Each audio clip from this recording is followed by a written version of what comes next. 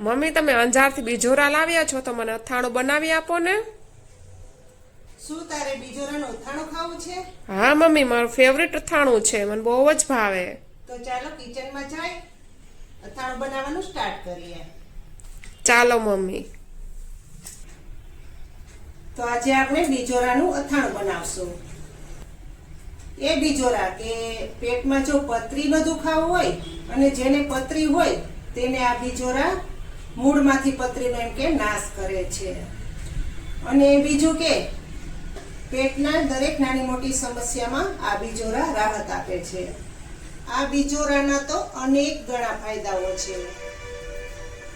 તો આજે આપણે એ જ બીજોરાનું અથાણું બનાવશું. તમે લોકોએ ઘણા લોકોએ બીજોરા જોયા પણ નહીં હોય, પણ બીજોરા આ રીતના હોય છે. જુઓ, આને બીજોરા કહેવાય એમ ને મમ્મી? હા બટા, આને બીજોરા કહેવાય. આ બીજોરા કચ્છમાં જ મળે છે, બીજે કોઈ જગ્યાએ આ બીજોરા મળતા નથી. હું અંજાર ગઈ હતી એટલે ત્યાંથી હું બીજોરા લાવી છું, મારા મમ્મીના ઘરેથી જ. તો આજે આપણે આ બીજોરાનું અથાણું બનાવીને ખાશું. કેટલા લીધા છે મમ્મી આ બીજોરા? આપણે આ બીજોરા 3 કિલો લીધેલા છે. એવું છે? આ બહુ મોટી સાઈઝના હોય, 1 કિલોનું એક બીજોરું હોય છે. આપણે આ સૌ પ્રથમ તો આ બીજોરાને પાણીથી ધોઈ લેશું, જેથી કરીને ઉપરની રજ બધી નીકળી જાય અને માટીનો ભાગ પણ નીકળી જાય. તો ચાલો આપણે બીજોરાને ધોઈ લઈએ.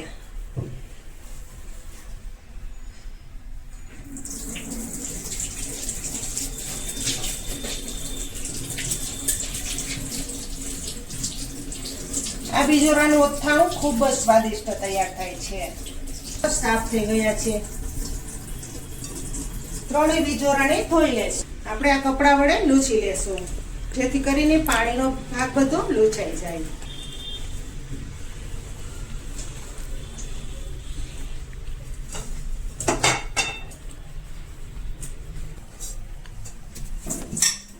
જોરી લેશું અને તેના 2 ટુકડા કરશું, એટલે કે આ રીતના 2 ભાગ કરી લેશું. આપણે જે ઉપરની છાલ હોય તેને આપણે કાઢવાની નથી, કારણ કે તેનાથી ટેસ્ટ અથાણાનો સારો આવે છે. જુઓ, ઘણા લોકોએ બીજોરું જોયું પણ નહીં હોય, પણ બીજોરું આ રીતનું હોય છે.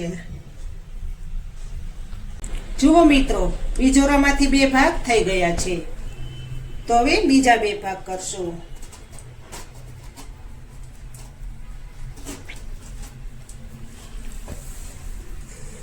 અંદર જે બી દેખાય તેને આપણે કાઢી લેશું.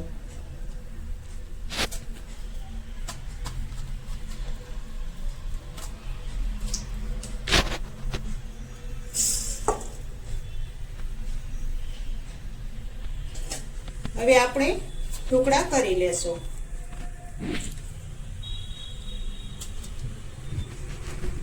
આ રીતના ટુકડા કરશું, નાના પણ નહીં અને મોટા પણ નહીં.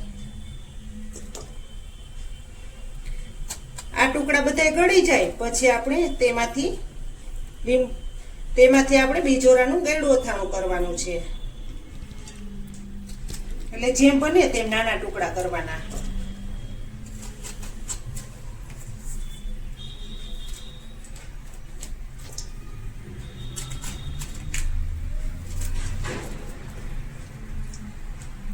જો મિત્રો, આ રીતના બધા ટુકડા કરી લેશું. હવે આ બીજોરાના ટુકડાને આપણે સ્ટીલના તપેલામાં નાખી દેશું.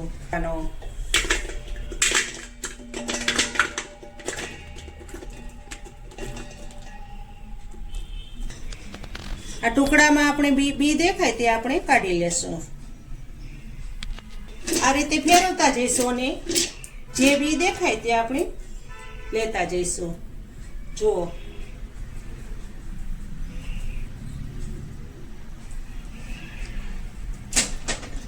હવે આ ટુકડામાં આપણે હળદર અને મીઠું ચડાવવાના છે.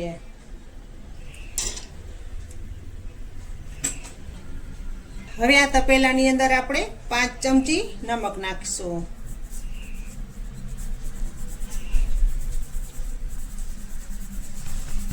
3 ચમચી હળદર પાવડર નાખશું.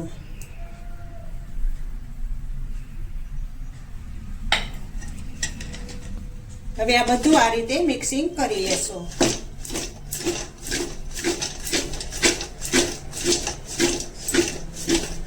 નમકનો ભાગ થોડો વધારે રાખવાનો, જેથી કરીને આપણું બીજોરાનું અથાણું સારું રહે, લાંબા સમય સુધી સારું રહે. આપણે આ બીજોરાના ટુકડાને 1 અઠવાડિયા સુધી આ તપેલામાં જ રાખવાના છે, જેથી કરીને બધાય ટુકડા હાઈ ક્લાસ ગળી જાય. બાકીની પ્રોસેસ પછી કરશો. ઉપરથી થાળી ઢાંકી દેશો અને 1 અઠવાડિયા સુધી રાખીશું. વચ્ચે વચ્ચે આપણે ફેરવતા રહેશું. જુઓ મિત્રો, બીજોરાના કટકાને આપણે 1 અઠવાડિયું પલાળવા મૂકેલા હતા. તેને હવે જોઈ લઈએ.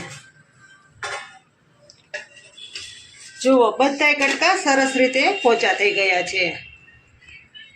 તો હવે આ કટકાને આપણે એક જારીમાં કાઢી લેશું, જેથી કરીને વધારાનું જે અંદર પાણી હોય તે નીકળી જાય.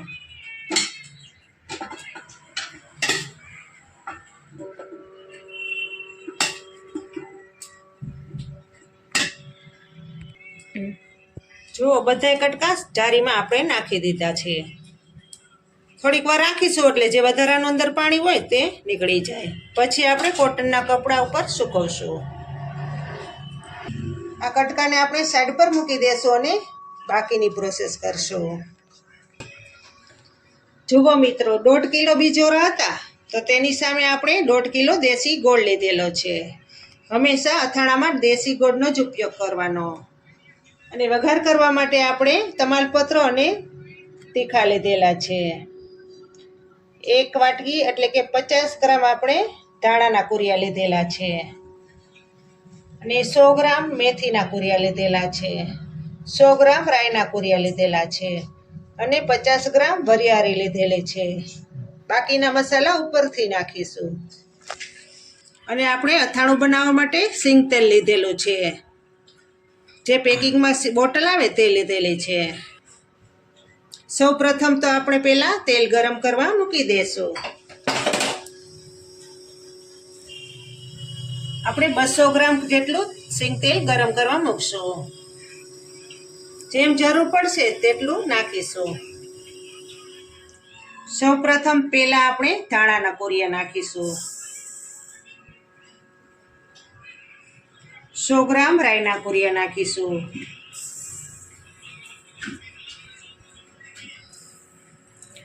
રાઈના કુરિયા અને મેથીના કુરિયાનું માપ બરાબર લેવાનું. 100 ગ્રામ મેથીના કુરિયા લીધેલા છે. 50 ગ્રામ વરિયાળી લીધેલી છે.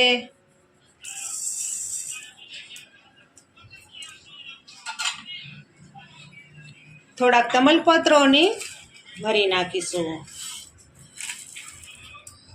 મરીથી ટેસ્ટ ખૂબ જ સારો આવે છે અથાણામાં. 1 ચમચી હિંગ નાખશું.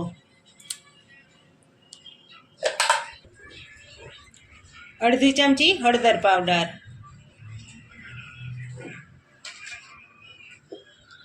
1 ચમચી નમક નાખશું.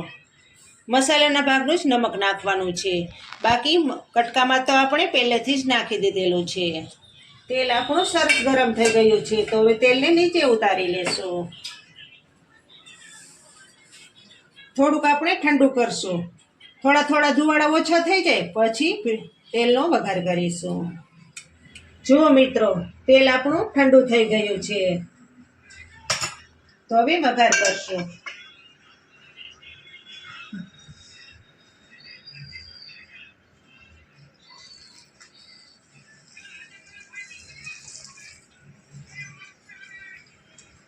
થોડુંક તેલ બાકી રાખીશું. જેમ જરૂર પડશે તો ઉપરથી નાખી દેશું. હવે મિક્સિંગ કરી લેશું. જુઓ મિત્રો, મસાલો સરસ રીતે વઘારી ગયો છે, તો હવે આ મસાલાને સાવ ઠંડો થવા દેશું. પછી લાલ મરચાંનો પાવડર નાખીશું. આપણા મસાલા ઠંડા થઈ જાય ત્યાં સુધીમાં આપણે આ કટકાને થોડીક વાર સૂકવી દેશું. કોટનના કપડા ઉપર સૂકવીશું જેથી કરીને બધું પાણી ચૂસી લે.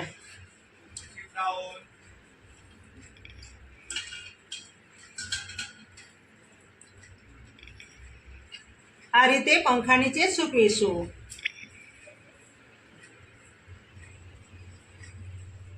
મસાલો 1 ગ્લાસ ઠંડો થઈ ગયો છે તો હવે કાશ્મીરી લાલ મરચાંનો પાવડર નાખીશું. 2 ચમચી પાવડર નાખશું જેથી કરીને અથાણાનો કલર સારો આવે. હવે મિક્સિંગ કરી લેશું. એ વાત ખાસ યાદ રાખવાની કે જ્યારે મસાલો ઠંડો થઈ જાય પછી જ લાલ મરચાંનો પાવડર ઉમેરવાનો. જો પહેલાં ગરમ ગરમમાં ઉમેરી દેશું તો અથાણું કાળું પડી જશે. હવે તેલ બાકી રાખેલું હતું તે નાખી દેશું.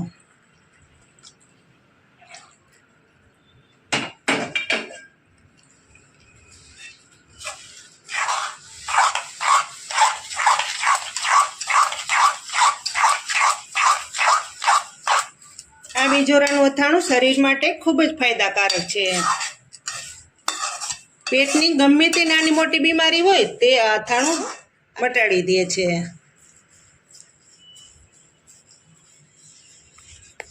અને પેટની ચરબી પણ ઓછી કરે છે. જો મિત્રો મસાલો 1 ગ્લાસ ઠંડો થઈ ગયો છે તો હવે ગોળ ભેળવી લેશું. આપણે જે 1.5 કિલો ગોળ લીધેલો છે તે નાખી દેશું. ગોળનું પ્રમાણ વધારે રાખવાનું. મેં અહીં 1.5 કિલો બીજોરા હતા તો તેની સામે 1.5 કિલો ગોળ લીધેલો છે. રીતે ભાંગી લેવાનો.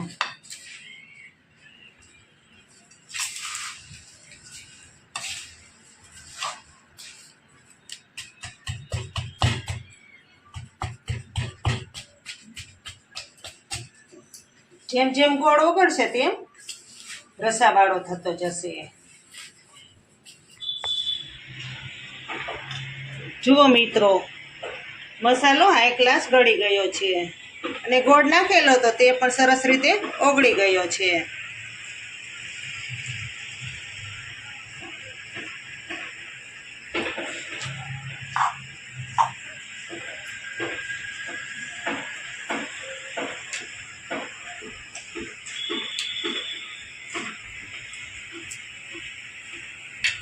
મસાલાની સાઈડ પર મૂકી દેશું.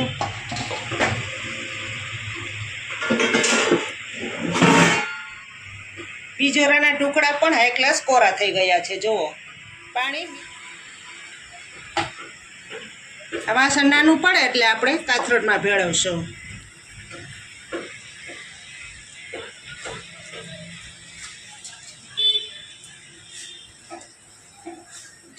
જેમ જેમ ગોળ ઓગળશે તેમ રસો થવા લાગશે.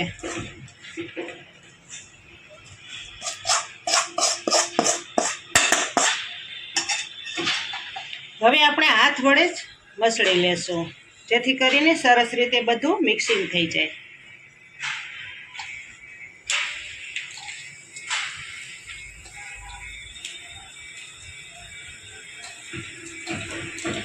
ગોળની સાથે ખટાશ મળી જાય એટલે ગોળ એકદમ ઓગળવા લાગે.